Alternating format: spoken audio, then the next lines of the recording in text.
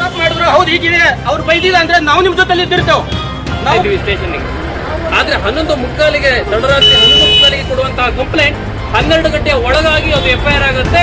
ಬೆಳಗ್ಗೆ 7 ಗಂಟೆಯ ಸಮಯಕ್ಕೆ ಹೋಗಿ ಹಾಸನಕ್ಕೆ 200-250 ಕಿಲೋಮೀಟರ್ ಮುಂದೆ ಹೋಗಿ ಅವ್ರನ್ನ ಅರೇಂಜ್ ಮಾಡಿ ಎತ್ಕೊಂಡ್ಬರ್ತಾರೆ. ಅಂದ್ರೆ ರಾಜ್ಯ ಸರ್ಕಾರ, ಈ ಇಲಾಖೆ ಯಾವ ರೀತಿಯಲ್ಲಿ ಹಿಂದೂ ಕಾರ್ಯಕರ್ತರ ವಿರುದ್ಧವಾಗಿ ಒಂದು ಹೋರಾಟವನ್ನ ಮಾಡ್ತಿದೆ, ಅವ್ರನ್ನ ಒಳಗಾಕುವಂತ ಕೆಲಸವನ್ನ ಮಾಡ್ತಿದೆ, ಯಾರ ಓಲೈಕೆಗಾಗಿ ಮಾಡ್ತಾ ಇದೆ. ಪುನೀತ್ ಕೆರೆಹಳ್ಳಿ ಅವ್ರನ್ನ ಪದೇ ಪದೇ ಟಾರ್ಗೆಟ್ ಯಾಕೆ ಮಾಡ್ತಾ ಇದೆ ಅಂತ ಇಲ್ಲ.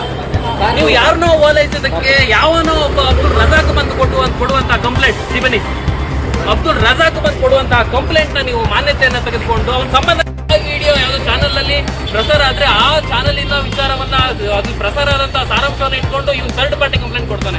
ಆ ಕಂಪ್ಲೇಂಟ್ ಆಧರಿಸಿ FIR ಆಗುತ್ತೆ ವಿತಿನ್ 14-15 ಮಿನಿಟ್ಸ್ ಅಲ್ಲಿ. ಇಷ್ಟು ತರಾತುರಿ ಯಾಕೆ ಬೇರೆ ವಿಚಾರಗಳಲ್ಲಿ ಇಲ್ಲ? ಇದೇ ಬಾಂಗ್ಲಾದೇಶಿ ಅಕ್ರಮ ವಲಸಿಗರ ವಿಚಾರದಲ್ಲಿ ಯಾಕಿಲ್ಲ?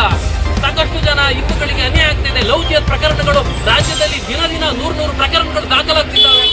ಅದ್ರ ವಿಚಾರವಾಗಿ ಯಾಕಿಲ್ಲ? ಯಾಕೆ ಪುನೀತ್ ಕೆರೆಹಳ್ಳಿ ವಿಚಾರ, ಯಾಕೆ ಹಿಂದೂ ಕಾರ್ಯಕರ್ತರ ವಿಚಾರದಲ್ಲಿ ನೀವು ಈ ತರ ಧೋರಣೆಯನ್ನು ಮಾಡ್ತಿದ್ದೀರಿ? ಯಾರ ಓಲೈಕೆ ಮಾಡೋದಕ್ಕೆ ಮಾಡ್ತಿದ್ದೀರಿ? ಇವತ್ತು ಕಾಂಗ್ರೆಸ್ಸಿಗರಿಗೆ ಹೇಳೋದಕ್ಕೆ ಇಷ್ಟಪಡ್ತೀನಿ ನಾನು, ನಿಮ್ಮ ಆಟ ಹೆಚ್ಚಿದ್ರೆ ನಡೆಯೋದಿಲ್ಲ. ಯಾರೋ ಹೇಳಿ ತಿನ್ನೋರು ನಿಮಗೆ ಓಟ್ ಹಾಕಿರ್ಬೋದು. ಇವತ್ತು ನೀವು ಅಧಿಕಾರದಲ್ಲಿ ಇದ್ದೀರಿ, ನಾಳೆ ಅನ್ನ ತಿನ್ನೋರು ಓಟ್ ಹಾಕ್ತಾರೆ, ಅಧಿಕಾರಕ್ಕೆ ನಾವು